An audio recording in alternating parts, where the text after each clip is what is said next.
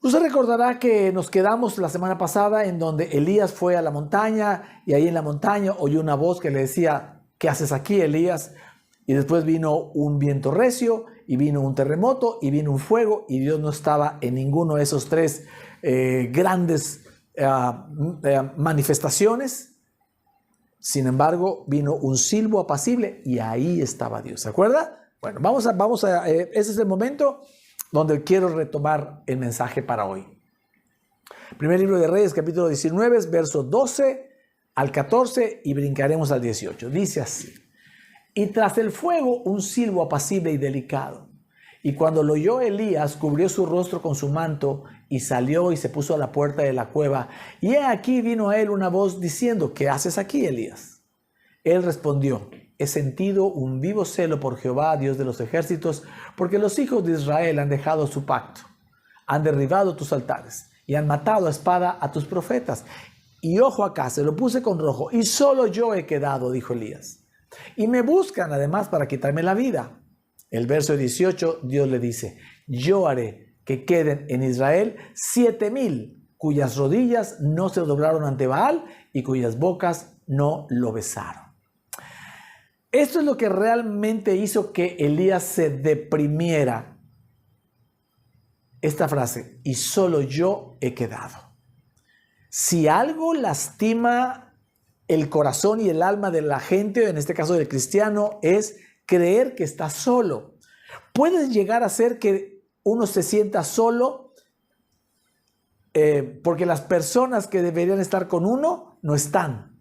Pero nunca estaremos solos porque Dios siempre está con nosotros. Amén. El Espíritu Santo siempre está con nosotros. Jesús mismo está con nosotros. Entonces, si algo quiere el diablo es que tú creas que estás solo. Especialmente en los momentos de tribulación. Porque en los momentos de tribulación donde se remueven todas las ideas, todas las emociones, todos los pensamientos y vienen a tu vida ideas y pensamientos de diferentes partes, el diablo lo que quiere hacer es que tú creas que tú estás solo. Y eso es precisamente lo que Dios no quiere que tú creas. Y por eso la palabra de hoy tiene toda la intención de que tú sepas que nunca, pero nunca estás solo. Amén. De ahí que el mensaje de hoy lleva por título así: nunca estás solo. En el reposo de Dios está tu propósito. Vamos a esta primera parte. Y esta primera parte vamos a ver lo peligroso que es creer que uno está solo y lo importante que es saber que uno no está solo, que uno nunca está solo. Mire, el diablo sabe que en la medida que tú estés solo o creas que estás solo, él tiene ventaja porque puede devorarte. ¿Sale? Algo que te debe quedar muy claro es que al diablo no le importa si tú tienes un buen matrimonio o un mal matrimonio, o tienes buenos hijos o no, o tienes dinero o no lo tienes, estás endeudado o no, enfermo o sano, vas a una universidad o no vas, estudias o no estudias. Al diablo no le importa nada de eso. Utiliza todas las circunstancias de tu vida para tratar de devorar tu fe, pero sobre todo para esto que te voy a decir.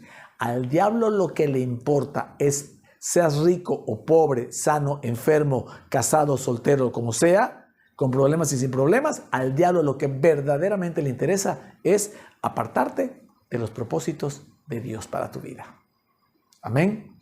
Entonces, si algo tienes que cuidar en todo tiempo, en especial en los tiempos extremos, tanto de que te esté yendo mal, es cuidar que no te apartes de tus propósitos de Dios, que no creas que los propósitos que Dios ha puesto en tu corazón por años ya no se van a cumplir, que las promesas que Dios puso en tu corazón, que te ha dicho en su palabra, ya no se van a cumplir. Evita ese pensamiento, evita esa creencia. Pero también en los tiempos de abundancia y de éxito, también la gente se olvida del propósito de Dios. Y también pasa que en los tiempos de neutralidad o de zona de confort, la gente puede olvidarse del propósito de Dios. Así que si algo le interesa al Señor nuestro Dios es que cumplas sus propósitos generacionales. Si algo le interesa al diablo es alejarte de tus propósitos generacionales en Dios. ¿Ok?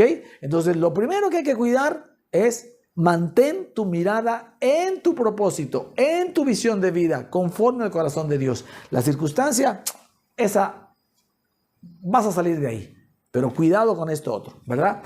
Primera de Pedro 5:8 dice: sed sobrios y velad, porque vuestro adversario, el diablo, como león rugiente, anda alrededor buscando a quien devorar. Dios en su palabra hace una referencia de que el diablo se parece más a un león que a una serpiente, por ejemplo, a la hora de atacarte. ¿Por qué razón? Porque los leones tienen esta estrategia instintiva. Usan 3 estrategias principalmente: el acecho, la emboscada y el aislar a su presa. Entonces ellos van entre los matorrales, ¿verdad? Entre la sabana, se esconden, se camuflajean, acechando a su presa. Se van acercando sin que se dé cuenta la presa. 2, salen corriendo y van a provocar una emboscada. La emboscada es que al correr, obviamente toda la manada, vamos a pensar que de cebras, de bueyes o de antílopes, lo que tú quieras, la manada se dispersa y ellos eligen a una víctima. Normalmente es la cebra o el animal más débil, más chico, menos fuerte. ¿Ok? Ellos nunca se van con los fuertes porque saben que una patada los puede descoyuntar la quijada, rompérselas en pedazos. Una patada de una cebra, por ejemplo. Entonces, ellos se van con los débiles. Pero ya que separaron y aislaron a la presa, ahí viene la emboscada, sale un león de enfrente, lo agarra del pescuezo, del cuello y busca no dejarle respirar, ¿vale? Entonces, si algo tenemos que cuidar es no quedarnos solos. Y puede ser que te hayas quedado solo de la gente, de las personas de tu alrededor, tu familia o tus amigos, pero de Dios nunca te quedarás solo. Y eso fue lo que intentó el diablo con Adán y Eva. Génesis 3:6. La mujer vio que el fruto del árbol era bueno para comer y que tenía buen aspecto y era deseable para adquirir sabiduría. Así que tomó de su fruto y comió. Luego le dio a su esposo y también él comió. La palabra enseña que la serpiente era astuta, es una representación del diablo, y habló a solas con Eva. Eva estaba sola, estando Adán y Eva ahí en el paraíso, se separaron, nada que no pueda ser normal, ¿verdad? Pero ella estaba sola y el diablo le habló a solas a Eva y la convenció. Lo intentó también con Jesús. Cuando fue al desierto, después de ser bautizado y lleno del Espíritu Santo, el Espíritu Santo mismo lo mandó al desierto para ser tentado por el diablo, y el diablo aprovechó que él estaba solo en el desierto, ¿vale? Con Adán pudo, con Jesús no pudo. Pero eso es algo que el diablo quiere hacer, hacerte aislarte, que te aísles de la gente y sobre todo que te aísles de Dios, que dejes de leer tu palabra, que dejes de oír los mensajes, que dejes de venir a la iglesia, que dejes de interesarte en las cosas del Señor, porque de eso te va arrinconando a dejarte solo y alejarte de tu propósito divino. Ese es el objetivo. Tal vez no te va a ir mal, tal vez no te va no vas a ir a dar al infierno, no vas a pecar, o sea, no, ni siquiera estoy hablando de eso. Estoy hablando de que sí, lo que el diablo quiere es que no cumplas el propósito divino para lo cual Dios te diseñó. ¿Sale? Otra de las cosas que tenemos que cuidar es el cansancio físico. Elías pensó, usted se acuerda de la historia que le conté la semana pasada, después de que hizo el concurso, ¿verdad? De que los profetas de Baal pidieran fuego del cielo para quemar el holocausto y él pediría el fuego de parte de Jehová Dios. Al final Jehová Dios fue el que mandó el fuego del cielo y todo el pueblo agarró a los profetas de Baal y de Acera y Elías los degolló, los mató a todos. Él creyó que al estar solo él tenía que resolver el tema. Ya no era Dios el que lo iba a resolver, él tenía que resolverlo, porque en ninguna parte de la escritura se nota o se percibe que Dios le haya dicho y mata a todos los profetas. Era importante que él ayudara al pueblo a que no estuviera confundido entre Dios y los Baales. Pero Dios no le pidió a Elías que matara a todos los profetas de Baal y de Acera. Él se tomó esa atribución, él se cansó físicamente al grado de que cuando oyó la amenaza de Jezabel y sus ejércitos, solo le alcanzaron las fuerzas para caminar un día. Y cuando llegó, imagínense, cansado de estar golpeando no sé cuántas veces, pues más de 850, si a lo mejor ya tuvo que dar 2 o 3 espadazos para matar a alguien, 1500, 1800 golpes, él quedó exhausto. Llegó un día de camino y se tiró ahí en el enebro y se quiso morir. ¿Ok? Esto quiere decir que el cansancio físico también te puede poner a merced del diablo y sus propósitos. Ojo, el ejercicio regular, el ejercicio físico es bueno, pero cuando tú exageras el ejercicio y trabajas, por ejemplo, desde muy temprano y vas a acostarte hasta muy tarde y así por muchos días, y entonces viene un cansancio físico que comienza a mermar tu sistema inmunológico, comienza a hacerte sentir más irritable, el estrés se viene encima, dejas de tener menos paciencia, y la fe comienza a ser debilitada y ahí se toman las peores decisiones, ¿sabes? Lo tengo comprobadísimo. Después de hacer algún esfuerzo físico considerable, esa tarde-noche, hablando de la noche, por ejemplo, me cuesta más trabajo conectarme en la noche con el Señor y sus promesas y creer en Él y confiar en Él, que a la mañana siguiente cuando ya estoy descansado. Se levanta uno, ora al Señor, toma las fuerzas, se mete uno al baño, se baña y eso te hace creer en el Señor y poner la mirada fija. En las noches, después de un día largo de trabajo, cuesta más trabajo. Entonces, cuidado con esa idea. Y a lo que voy es, Elías creyó que él tenía que resolverlo.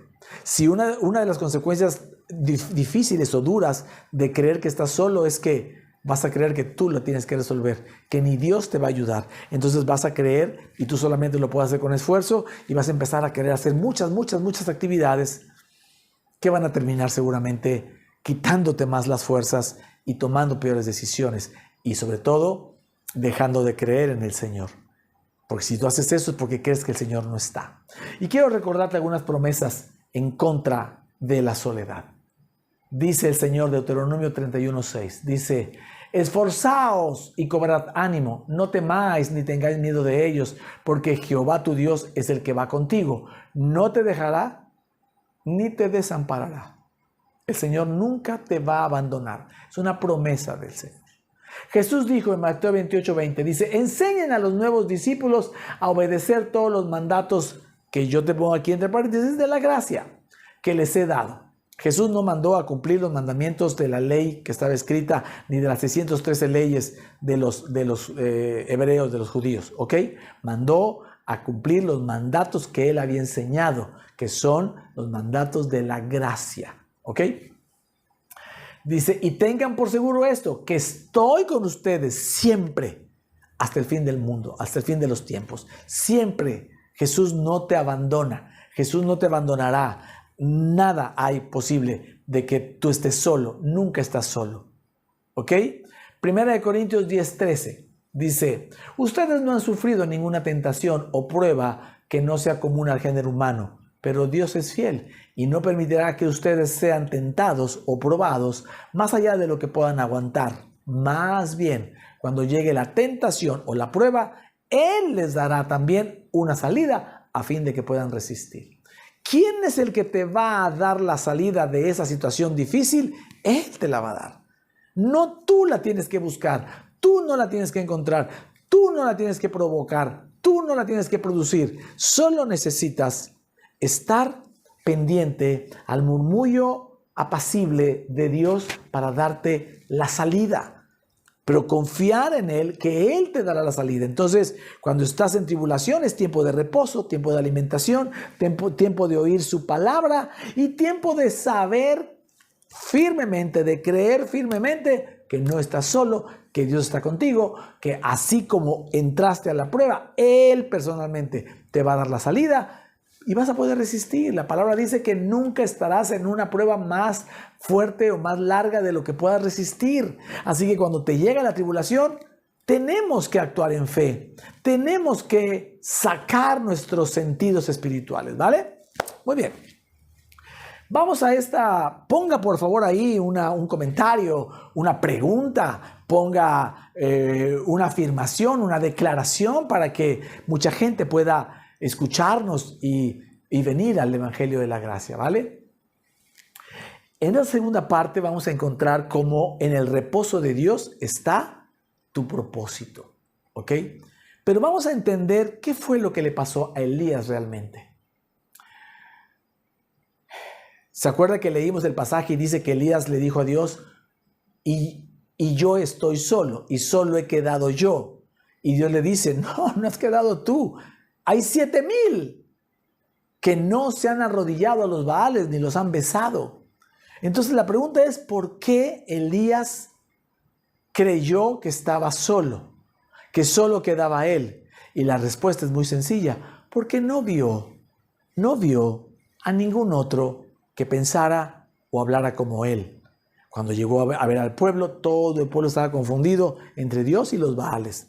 Amaban a Dios, adoraban a Dios, pero amaban a los Baales y adoraban a los Baales. Él no vio a los profetas, él no vio a la gente, a esos 7,000, él no los vio. ¿Ok? Y eso es lo que pasa con muchos de nosotros, con muchos cristianos. Cuando no vemos con nuestros ojos naturales lo que queremos ver, o cuando estamos viendo lo que no queremos ver, entonces creemos que estamos solos. Creemos que Dios se ha olvidado de nosotros. Podemos llegar a creer que Dios ya no está en la barca, que Dios no está con nosotros, que nos fuimos por otro lado y Dios se fue por acá y tú por allá. Y esa creencia no te va a ayudar a tu fe, no te va a ayudar a salir adelante. Al contrario, te va a hacer quedar solo. Y ya dijimos lo fácil que es una persona que cree que está solo. Elías ungió a Eliseo como su sustituto de profeta de parte de Dios. Y Eliseo comenzó a caminar con una doble unción, porque eso fue lo que pidió. Si usted recuerda un poco la historia acerca de Elías y Eliseo. Elías escoge a Eliseo y Eliseo le dice, Elías le dice, ¿qué quieres? ¿Qué quieres que yo te haga? Y él dice, que yo reciba una doble porción de tu espíritu. Y Elías le dijo, si ves que yo me voy, si alcanzas a verme que yo me voy, entonces se te dará. Y lo vio como el torbellino de fuego se llevó a Elías, se cayó su manto, Eliseo tomó el manto, golpeó y empezó su ministerio. Y aparecen, en el ministerio de Elías aparecen 8 milagros, en el ministerio de Eliseo aparecen 16 milagros, ¿ok? Casualmente el doble. Pero bueno, a lo que voy es, vamos a ver un pasaje de Eliseo, no de Elías. Segundo libro de Reyes, capítulo 6, verso 15, dice así. Por la mañana, cuando el criado del hombre de Dios se levantó para salir, dice, vio que un ejército con caballos y carros de combate rodeaba la ciudad. ¡Ay, mi señor!, exclamó el criado, ¿qué vamos a hacer? No tengas miedo, respondió Eliseo. Los que están con nosotros son más que ellos. Entonces Eliseo oró, Señor, ábrele a Giesi los ojos espirituales, te hago la aclaración, para que vea. El Señor así lo hizo. Y el criado vio que la colina estaba llena de caballos y de carros de fuego alrededor de Eliseo. Como ya los sirios se acercaban a él, Eliseo volvió a orar, Señor, castiga a esta gente con ceguera. Y el Señor hizo lo que le pidió Eliseo. Mire qué interesante, Giesi, el siervo de Eliseo, sale y ve que alrededor de la ciudad está lleno de soldados naturales, hombres con caballos, rodeando la ciudad, listos para tomar y sitiar la ciudad.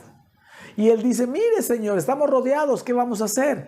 Y Eliseo, confiando en Dios, dice, ay Giezi, más son los que están a favor de nosotros que estos que están aquí. Y él ora y le dice, Señor, ábrele los ojos a Giezi para que pueda ver, pero que para que pueda ver el reino espiritual. Y él voltea y ve que hay carros de fuego, caballos de fuego, listos, soldados, ángeles del cielo en caballos de fuego, listos para atacar a los caballos y soldados naturales. Eliseo ora y le pide al Señor que les dé ceguera a todos los soldados y Dios lo hace. Entonces, algo que tenemos que entender es que cuando la parte natural, cuando en lo natural no estás viendo lo que quieres ver o estás viendo en lo natural lo que no quieres ver, es el momento de encender los ojos espirituales. Cuando más encendidos y abiertos tienen que estar tus ojos espirituales para no caminar por vista, sino caminar por fe, para creer en las promesas que te acabo de leer, que el Señor no te abandonará ni te dejará un solo minuto de tu instante, un solo instante de tu vida. Jesús dijo, yo estaré contigo siempre. Ahí en la barca, aunque haya tempestades, Él está ahí en tu barca y Él es capaz de, en un chispazo, en un tronar de dedos, detener la tormenta que te está viniendo encima. Él es capaz de todo eso. Necesitas abrir los ojos espirituales y creer firmemente. No decir, bueno, ¿y será que a lo mejor hay ángeles a mi alrededor? No lo sé, no estoy seguro. No, tienes que creer que ángeles del cielo están viniendo a ti para resolver esta situación difícil que tienes en tu hogar, en tu matrimonio, en tus finanzas, en tu salud, en tu trabajo, donde sea. Tienes que confiar en que se mueven los ejércitos del cielo a tu favor, porque tú eres un muy favorecido, tú eres un muy bendecido, tú eres alguien que siempre está caminando en los propósitos del Señor y nada ni nadie te alejará de los propósitos que Dios ha puesto en tu corazón. ¿Cuántos pueden escribir ahí? Amén. ¿Cuántos pueden compartir este mensaje con alguien que necesita saber que no está solo? Que necesita saber que Dios está con ellos, que aunque hagan lo malo, Dios está con ellos, que aunque les falle la fe, Dios, Jesús mismo está con ellos para alimentarlos y guiarlos. Pero háganle saber que nunca están solos, que Dios tiene un propósito que va a cumplir. Y eso es de lo que vamos a hablar un poquito más adelante. Algo que pasó con Elías, regresando a Elías, es que él cometió un error. Él se equivocó de actividad eclesiástica y se puso a matar profetas cuando eso no le correspondía a Elías. Dios le dijo a Elías, ora, porque voy a hacer una sequía. Y Elías obedeció. Y luego le dijo, ve con Acab y dile. Y Elías fue. Pero no le pidió y mata a todos los profetas de Baal. Eso fue una actividad que él quiso. Por eso él, déjame decirlo así, hizo algo fuera del propósito de Dios que le provocó un cansancio físico exagerado. Solo aguantó un día más y cayó muerto del cansancio y dijo, ya Señor, me van a alcanzar a mí, no dejes que me maten ellos, llévame tú primero. Imagine la escena, ¿ok? Y ahí viene Jesús, el ángel de Jehová, lo alimenta y le dice reposa. 2 días, aliméntate con un pan. Él representa el pan de vida, ¿verdad? Jesús es la palabra, Jesús es el pan vivo que descendió del cielo. Aliméntate de la palabra de gracia de Jesús, les dice, y le dice, ok. Y después de eso lo guía, le dice, ahora camina hacia allá, 40 días y 40 noches, hacia el monte de Horeb, ahí te vas a encontrar con Dios. Y entonces quiere decir que aún en tus peores momentos de fe o de errores que hayas cometido, de cansancio excesivo, confía en que Jesús mismo, a pesar de tu falta de fe activa, eso yo la llamaría una fe de reserva. La fe activa es maravillosa porque estás lleno de fe y se van cumpliendo y tú vas caminando y estás viendo y caminas sobre el agua. Eso es una fe activa. Pero cuando la fe falla, entra la fe de reserva. Entra la fe de reserva y la fe de reserva es aún más fuerte y más poderosa que tu fe activa. ¿Por qué? ¿Por qué creo eso? Porque en tu fe activa tu ánimo y tu actitud interviene mucho en tu fe. Pero en tu fe de reserva no tienes fuerzas, no tienes ánimo, no tienes nada. Solo tienes una creencia. Jesús va a venir por mí. Y en tu debilidad Él se hace fuerte. Él te levanta, Él te alimenta, Él te fortalece, pero te va a dirigir a tu propósito divino. Aunque tomes una dirección equivocada, aunque hayas tomado una dirección equivocada, alguien tiene que oír esto. Aunque hayas tomado una dirección equivocada, si tú confías en Jesús, Él te va a redireccionar al propósito divino para tu vida y para las de tus generaciones. Amén. Vamos a leer eso. Primer libro de Reyes 19, 14b al 17. Dice, y solo yo he quedado. ¿Se acuerda que le dice? Y me buscan para quitarme la vida. Y le dijo Jehová, ve, vuélvete por tu camino por el desierto de Damasco y llegarás y ungirás a Hazael por rey de Siria. Lo mandó de regreso de donde él vino.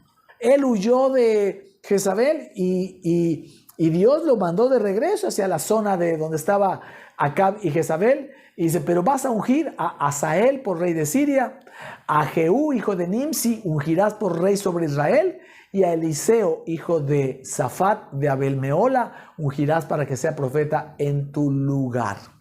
Y el que escapare de la espada de Hazael, Jehú lo matará. Y déjenme contarle la historia de Jezabel. Jezabel dijo que aún le añadiera a Dios si no mataba a Elías y lo dejaba sin pescuezo como él dejó a los profetas. Y no lo hizo así. Y a ella se le añadió. Este hombre Jehú la aventó de una altura de un segundo o tercer piso. Dice la palabra que Jezabel cayó muerta ahí y los perros que estaban ahí en ese reino, en esa ciudad, en ese palacio, vinieron y se comieron las carnes de Jezabel y dejaron solamente su calaquita, y dice que dejaron sus manos y su cabeza. Así fue la muerte terrible de una mujer, pues, que adoraba a los Baales y que dirigía profetas para adorar a los Baales, ¿ok? Ese es Jehú. Imagínense el propósito que Dios le dio a Elías. Ungirás a Hazael, ungirás a Jehú.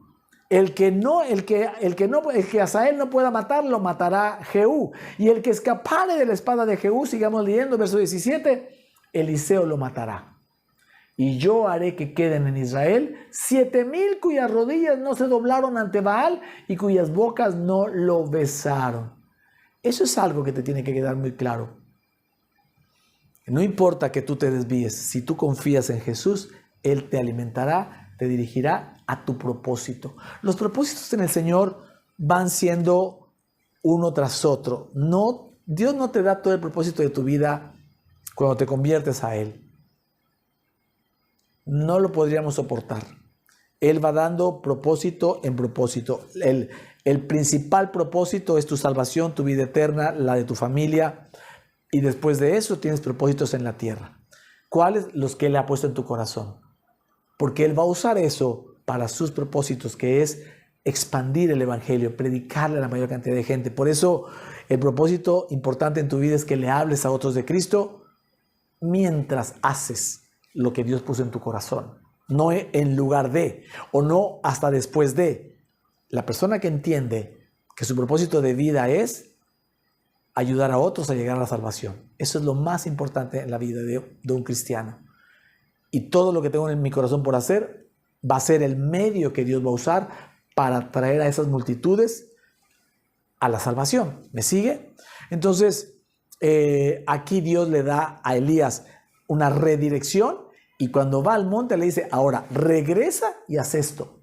Esto no se lo dijo desde el principio, no le dijo unge a tal y a tal y a tal, no se lo dijo antes, se lo dijo hasta después. Entonces, algo que tenemos que entender es que aún en tus momentos de debilidad o de flaqueza de fe, Jesús viene y te da nueva dirección. Solo necesitas callar al mundo para escuchar la voz suave del murmullo de Dios para tu vida, que te va a decir lo que tienes que hacer, cómo lo tienes que hacer, cuándo lo tienes que hacer, dónde lo tienes que hacer, con quién lo tienes que hacer. ¿Me sigue? Filipenses 1:3-6 dice, Doy gracias a mi Dios cada vez que me acuerdo de ustedes, dice el apóstol Pablo.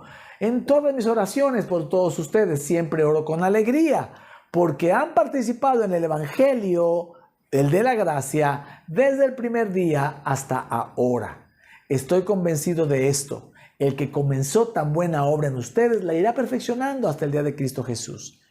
El Señor nos va perfeccionando cada día más y por eso es que nos va anunciando los nuevos propósitos. Cuando estés en una buena crisis, confía que detrás de esa crisis viene un buen propósito para ti, un nuevo propósito tal vez que no sabías, una nueva dirección, pero todo bajo el propósito de Dios. ¿Cuántos pueden decir amén a eso? Dígaselo por favor ahí, porque entonces usted sabrá que nunca está solo. Quiero terminar el mensaje hablándole de cómo el apóstol Pablo utilizó la historia de Elías, que yo estoy ocupando para enseñarle a usted cómo rescatar su fe, cómo vivir cuando hay una escasez de fe. Mire cómo lo usó el apóstol Pablo y vamos a tomar también esto ya como última buena noticia del mensaje. Romanos 11:1 le está hablando a los judíos que están en Roma y les dice, digo pues, ¿ha desechado Dios a su pueblo, a los judíos? En ninguna manera, dice Pablo. Porque también yo soy israelita de la descendencia de Abraham, de la tribu de Benjamín. Recuerde que Benjamín es figura de la iglesia bajo la gracia. José, su hermano, es figura de Cristo y Benjamín es figura de la iglesia bajo la gracia. 2, dice, no ha desechado Dios a su pueblo, al cual desde antes conoció. ¿O no sabéis qué dice de Elías la Escritura? ¿Cómo invoca a Dios contra Israel diciendo, Señor, a tus profetas han dado muerte y tus altares han derribado? ¿Le suena lo que hemos estado enseñando? Y solo yo he quedado y procuran matarme. Pero ¿qué le dice la divina respuesta? O sea, ¿qué dijo Dios? Me he reservado 7,000 hombres que no han doblado la rodilla delante de Baal. Así también, dice Pablo, aún en este tiempo ha quedado un remanente escogido por gracia. Y si por gracia ya no es por obras, de otra manera la gracia ya no es gracia. Y si por obras ya no es gracia, de otra manera la obra ya no es obra. Lo que está diciendo Pablo acá a los judíos en Roma hace casi 2000 años es que el Señor, así como en los tiempos de Elías, se había guardado 7,000 hombres en un remanente, así también en ese tiempo había un remanente de hombres y mujeres y jóvenes que seguían y seguirían a Cristo bajo el pacto de la gracia, ya no bajo el pacto de la ley en el que estaban los judíos, ¿ok? Y eso mismo te dice a ti hoy. Esto mismo es para nosotros. Hay un remanente de iglesias que están bajo la gracia y nosotros formamos parte de este remanente. Dice que hay 7,000 y el número 7 es un número divino, es un número tal vez infinito. No sé cuántas, pueden ser 7,000, 70,000, 700,000 o no sé cuántas iglesias haya que hoy están bajo la gracia, escogidas como un remanente de parte de Dios para predicar su evangelio, el evangelio de la gracia. No sé cuántas. Lo que sí sé es que usted y yo estamos en este remanente escogido. ¿Puedo oír un buen amén? Esta es una gran noticia para todos nosotros, que a pesar de que en algún momento nuestra fe falle, al estar bajo la gracia, entendidos de que todas nuestras vidas es obra de nuestro Señor Jesucristo en la cruz a favor de nosotros, eso nos hace ser parte del remanente escogido para estos últimos tiempos. ¿Escogidos para qué? Para anunciar las virtudes de aquel que nos trasladó de las tinieblas a la fe, a la luz admirable. Amén. Aquel que nos cambió de pacto de la ley al pacto de la gracia. Aquel que dio la vida por nosotros. Así que salga junto conmigo, salga junto con nosotros a pronunciar el evangelio de la gracia, a promoverlo, a platicarlo. Por eso le invito a que ahí en la transmisión ponga a todos sus mensaje para todas sus amistades, compártalo con otros, comparta la buena nueva del evangelio de la gracia sin la mezcla de la ley, ¿vale? Gracias te damos, Señor. Y primero que nada quisiera, mientras usted ora ahí un poco en silencio, dirigirme a los que hoy están dudando de si aceptar a Jesús o no. Yo no podré saber si usted lo hizo de corazón genuino. Eso le corresponde solo a Jesús. A mí me corresponde solo anunciarle qué es lo que debe de hacer. ¿Qué es lo que debe de hacer? Una oración, con lo más honesto de su corazón. Que haga hoy que usted acepte a Jesús, a Jesucristo, como su único Señor y Salvador. ¿Vale? Diga conmigo esta oración. Señor Jesús, yo te reconozco como el Hijo de Dios. Sé que moriste por mis pecados en la cruz y me diste salvación y vida eterna. Hoy, Señor Jesús, conscientemente y de todo mi corazón, yo te hago mi Señor y mi Salvador personal. Gracias, Jesús, porque tú nunca me has dejado solo, porque hoy has puesto en mi corazón la fe suficiente para hablar y declarar que eres tú mi Señor y mi Salvador. Gracias, gracias, amado Señor Jesucristo. Amén y amén. Mire, si usted hizo esta oración con fe y con honestidad, lo que le viene es arrepentirse de sus pecados, arrepentirse de una vida sin Cristo, arrepentirse de una vida sin que usted haya tomado en cuenta las verdades de Jesucristo, para que usted pueda caminar una nueva vida en Cristo Jesús. Amén. Señor, quiero levantar mis manos, Señor, mi oración para todas estas familias que están aquí en la transmisión de esta tu iglesia, Plenitud en Cristo bajo la gracia, para pedirte por ellos, Señor, que tú les hagas conciencia de que nunca están solos.